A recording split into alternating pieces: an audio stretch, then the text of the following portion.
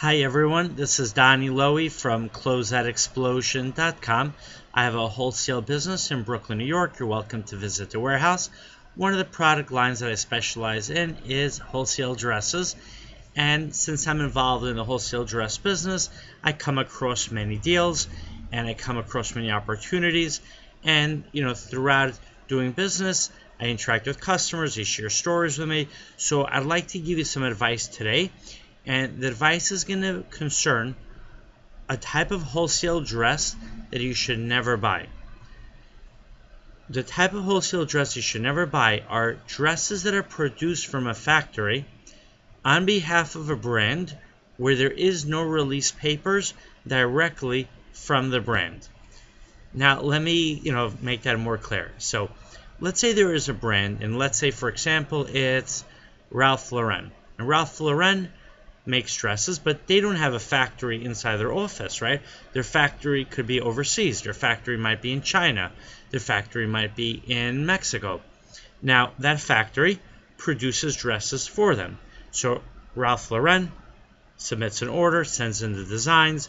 The factory might still have the materials, or Ralph Lauren might supply the materials, but the factory will go ahead and will make those dresses.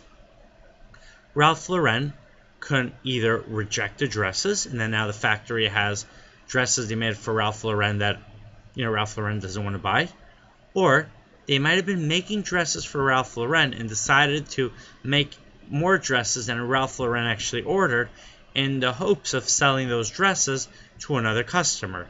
And that's where the big no-no happens. If they have made dresses for Ralph Lauren, then Ralph Lauren owns intellectual rights to their name, right? It's their property. So those dresses really are the ownership of Ralph Lauren. Now, of course, they weren't, let's say, specifically made for Ralph Lauren, but still, that factory doesn't have the right to sell those dresses.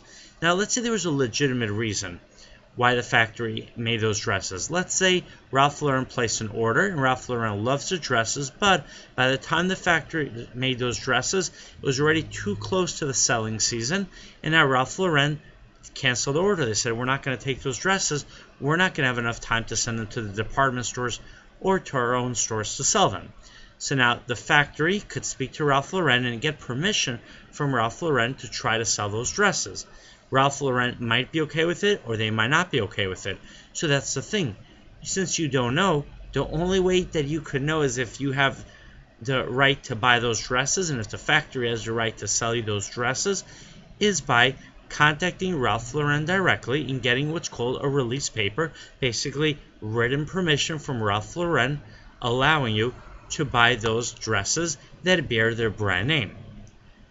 Now, this doesn't mean that you cannot buy wholesale dresses from factories, right? You can still buy canceled orders, you can buy overstock production, you can buy, dresses that are slightly irregular, but if you're going to buy those dresses, if they're owned by a brand or if they were made for a brand, you need to get permission from the brand.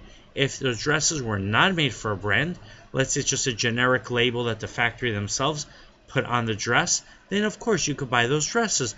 But because then who owns those dresses? The factory owns those dresses, right? So now I always recommend if there's any legal questions or anything you're doing that might require a legal opinion, you need to go to a lawyer, right? Because every situation is different.